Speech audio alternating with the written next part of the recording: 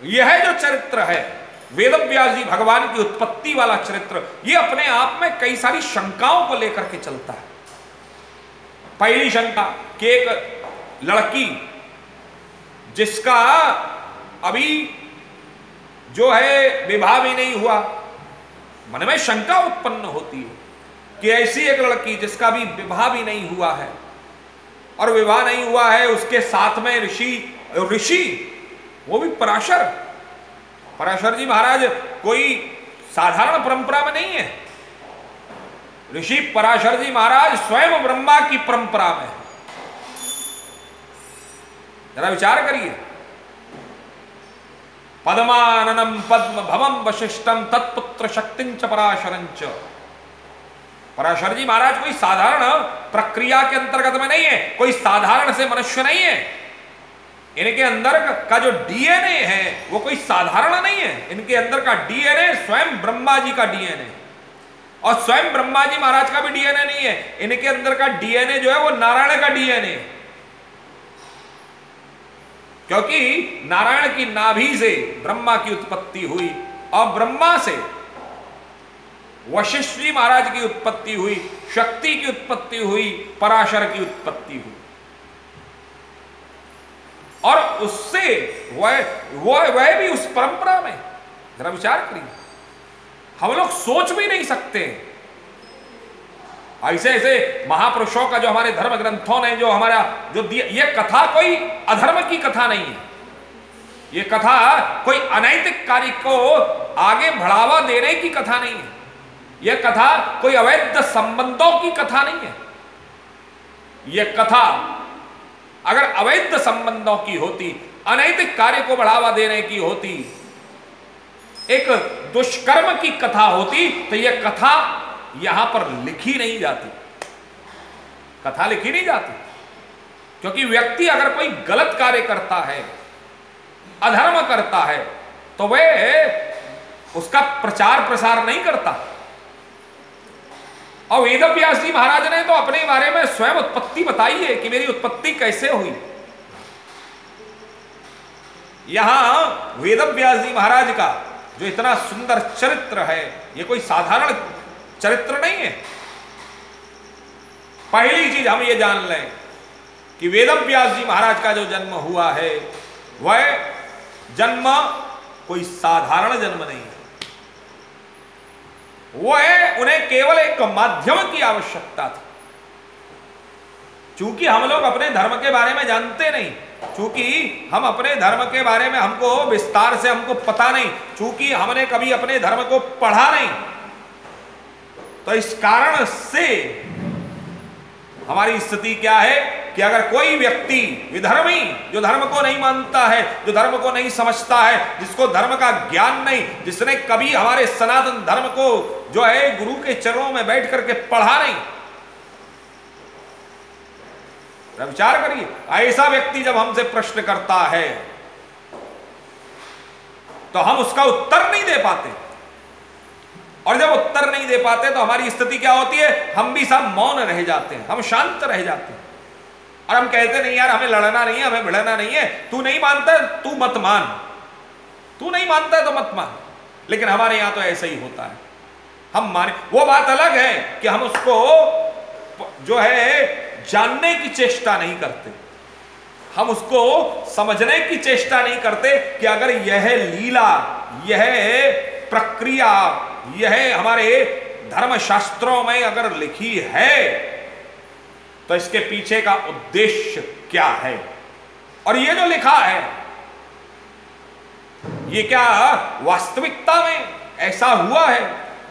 हम अपनी बुद्धि को कष्ट नहीं देना चाहते, हम अपने दिमाग की कसरत नहीं करना चाहते, हम इसको केवल और केवल कपोल कल्पित मान ले। कई सारी चीजें हमारे धर्मशास्त्रों में ऐसी है जिसके अंतर्गत में जब हम उनको कथाओं को सुनते हैं, हम श्रवण करते हैं, हम गुरु के चरणों में जाकर के बैठते हैं, तो जरा विचार करिए, हमको पता नहीं चलता। यह जो सत्यवती की और ऋषि पराशर जी महाराज की जो संयोग की जो कथा है, यह कोई साधारण कथा मत समझिए। इसमें वेदव्यास जी महाराज का जो जन्म हुआ है वह कोई अवैध संतान नहीं है। अगर वह अवैध संतान होते तो उनको संसार मान्यता नहीं देता। अगर वह अवैध संतति होते तो उस समय पर आप पहले यह समझिए, ऋषि पराशर कौन है? बोले ऋषि पराशर जी महाराज ज्योतिष के प्रकांड विद्वान है, जिन्होंने गणना बोले आकाश मंडल को देखा, सारी उन संकेतों को समझा और समझ करके सामने देखा, तो अब उन्हें नारायण अवतार लेना चाहते। ये मान लीजिए नारायण अवतार लेना चाहते। अब जब नारायण अवतार लेना चाहते, लेकिन नारायण अवतार ले कैसे? नारायण को एक अवतार लेने के लिए भी तो एक माध्यम चाहिए। अवतार लेने के लिए भी, अवतार अवतरित होने के लिए एक माध्यम चाहिए, एक बीज होना चाहिए, एक जगह होनी, एक भूमि होनी चाहिए जिसमें वो बीज प्रस्फुटित हो, जिसमें वो बीज आवे। तो बीज कम से कम लगे तो सही, एक भूमि तो हो, एक प्लेटफॉर्म तो हो। There should be a platform. वह सारी व्यवस्थाओं को जब देख, बोले सब कुछ अनुकूल है लेकिन भूमि नहीं मिल रही है, कोई माध्यम नहीं मिल रहा है जिस माध्यम के द्वारा भगवान अवतरित हो। आकाश मंडल पर जो ग्रह है, ग्रहों की अपनी एक व्यवस्था है, अपनी एक स्थिति है। इस समय सब ग्रह उच्च राशि में है। इस समय जो वातावरण है वह वातावरण एक प्रकार से आगमन की सूचना दे रहा है। संकेत इतने सुंदर हो रहे हैं कि इस समय अगर कहीं से कोई माध्यम मिल जाए तो नारायण ही अवतार लेंगे, और नारायण अवतार अगर लेंगे तो वह जनमानस के लिए कल्याणकारी होगा। लेकिन अवतार भी, अब बोले, अब मन में एक प्रश्न उठता है, जरा विचार करिए, मन में एक प्रश्न उठता है, नारायण अगर अवतार ले तो कोई सा भी अवतार ले ले, जरूरत क्या है? ये इस कार्य के माध्यम से आने की नहीं, आवश्यकता है। क्योंकि नारायण अवतार अब किसका लेंगे?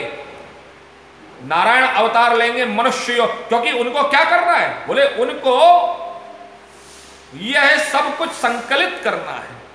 ये जो हमारा वेद है, वेद को कोई साधारण व्यक्ति संकलित नहीं कर सकता, वेद को कोई जीव संकलित नहीं कर सकता, वेद को कोई अन्य योनि संकलित नहीं कर सकती, क्योंकि वेद केवल और केवल ब्राह्मणों के द्वारा, या वेद में जो दिया गया है उसमें अपने विधान दिए गए हैं।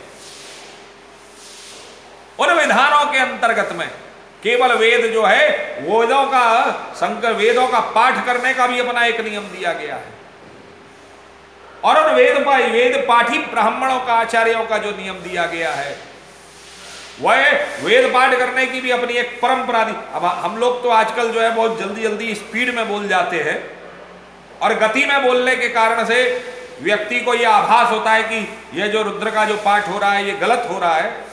लेकिन वस्तुतः वही, चूंकि जल्दी में, स्पीड में बोला जाता है, तेजी में बोला जाता है, गति में बोला जाता है, तो उस कारण से आभास होता है, लगता है कि गलत है, लेकिन होता गलत नहीं है। क्योंकि इसको करने वाले जो हमारे आचार्य लोग होते, वह कोई साधारण प्रणाली के, प्रक्रिया के अंतर्गत में नहीं होते, प्रणाली के अंतर्गत में नहीं होते। उन्होंने 1 वर्ष नहीं, 2 वर्ष नहीं, 3 वर्ष नहीं, 4 वर्ष नहीं, बल्कि उन्होंने अपने 9 से 10, 12, 15 वर्षों को उन्होंने उस वेद पाठ की प्रक्रिया में दिया है।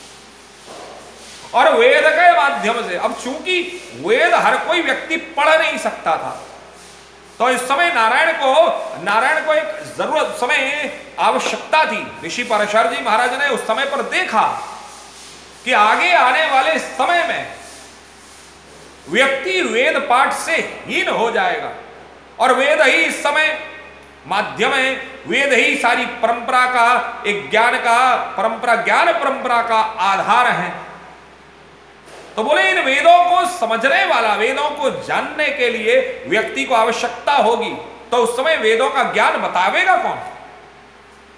अच्छा, मेरे अंदर, पराशर जी महाराज ने स्पष्ट मन में विचार किया, मेरे अंदर एक क्षमता है नहीं, और जब मेरे अंदर एक क्षमता नहीं है तो उस समय पर उस समय पर केवल पराशर जी के अंदर ये क्षमता नहीं थी तो क्या किसी के अंदर नहीं थी? बोले नहीं थी। वेदों की जो वेद पहले एक था, वेदों का विभाग बाद में हुआ है। उन वेदों के अंदर की जो कथाएं हैं, ये जो वेदों का जो उनको व्यास कहा जाता है, उसके टुकड़े को उसको टुकड़ों में कर देना, तो यह जो है वेद व्यास जी महाराज की जो उत्पत्ति हुई है, ये वेदों की प्रक्रियाओं को समझाने के लिए हुई। वेदों में छिपी हुई जो कथाएं हैं, उन कथाओं के लिए उत्पत्ति हुई है।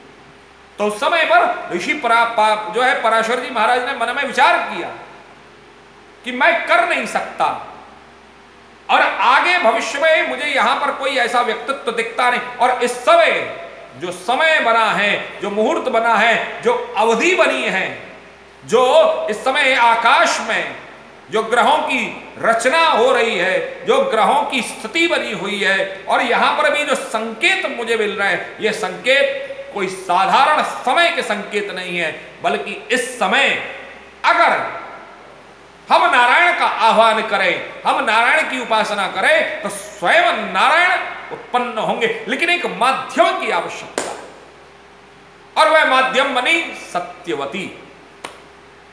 वह माध्यम बनी सत्यवती। और सत्यवती को ही क्यों लिया गया, जरा विचार करिए। क्योंकि सत्यवती भी कोई साधारण नहीं है। महापुरुषों का जन्म जब होता है, तो महापुरुषों का जन्म किसी साधारण परिवार में भी अगर होता है, तो उस परिवार के लोगों का आप कभी जीवन चरित्र जानने की कोशिश करिएगा,